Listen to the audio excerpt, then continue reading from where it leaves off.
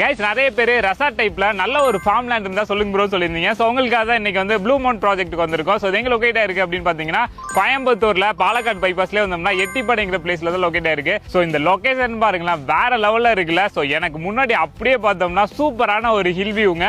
So இங்க பார்த்தோம் அப்படின்னா எனக்கு பின்னாடி இருக்க இந்த பங்களா ஹவுஸ் வந்து மாடல் ஹவுஸா கன்ஸ்ட்ரக்ட் பண்ணிருக்காங்க. ஸ்விம்மிங் பூல் மற்ற எல்லா ஃபெசிலிட்டிஸுமே கொடுத்துருக்காங்க. ஸோ உள்ள வரதுக்கு நல்ல ஒரு ஃபிளேவர் பிளாக் ரோட் போட்டிருக்காங்க செம்ம குவாலிட்டியா. ஸோ அதே மாதிரி சுத்தி வந்து சேஃப்டிக்கு ஃபென்சிங் அமைச்சிருக்காங்க. 24x7 எப்பவுமே சிசிடிவி கேமரா அவைலபிளா இருக்கும். அதே மாதிரி மேனுவலா செக்யூரிட்டி அவைலபிளா இருக்கும் அப்படின்னு சொல்லியிருக்காங்க. ஸோ சைட் ஃபுல்லாவே வந்து ட்ரீ பிளான்டேஷன் பண்ணிருக்காங்க. காமனா போர்வெல் போட்டு ஒவ்வொரு சைட்டுக்குமே தனித்தனியா பைப் கனெக்ஷன் கொடுத்து ஒவ்வொரு மரத்துக்குமே வந்து டிப்ரிகேஷன் முறையில தண்ணி பாசனமும் பண்ணிட்டு இருக்காங்க. ஒரு சைட்டா வாங்கணும் அப்படின்னா மினிமம் 20 ஒரு சென்ட்ல இருந்து பிரிச்சிருக்காங்க. ஒரு சென்ட்டோட ரேட் 3,30,000 கோட் பண்ணிருக்காங்க. இது டோட்டலா 10 ஏக்கர் ப்ராப்பர்ட்டிங்க. ஸோ இங்க இருந்து எட்டிமடை ரயில்வே ஸ்டேஷன் ஜஸ்ட் ஒரு 1/2 கிலோமீட்டர்ஸ்ல இருக்கு. Amrita university, Nehru engineering college, அதே மாதிரி குமரகுரு, தனலட்சுமி இன்ஜினியரிங் காலேஜ்.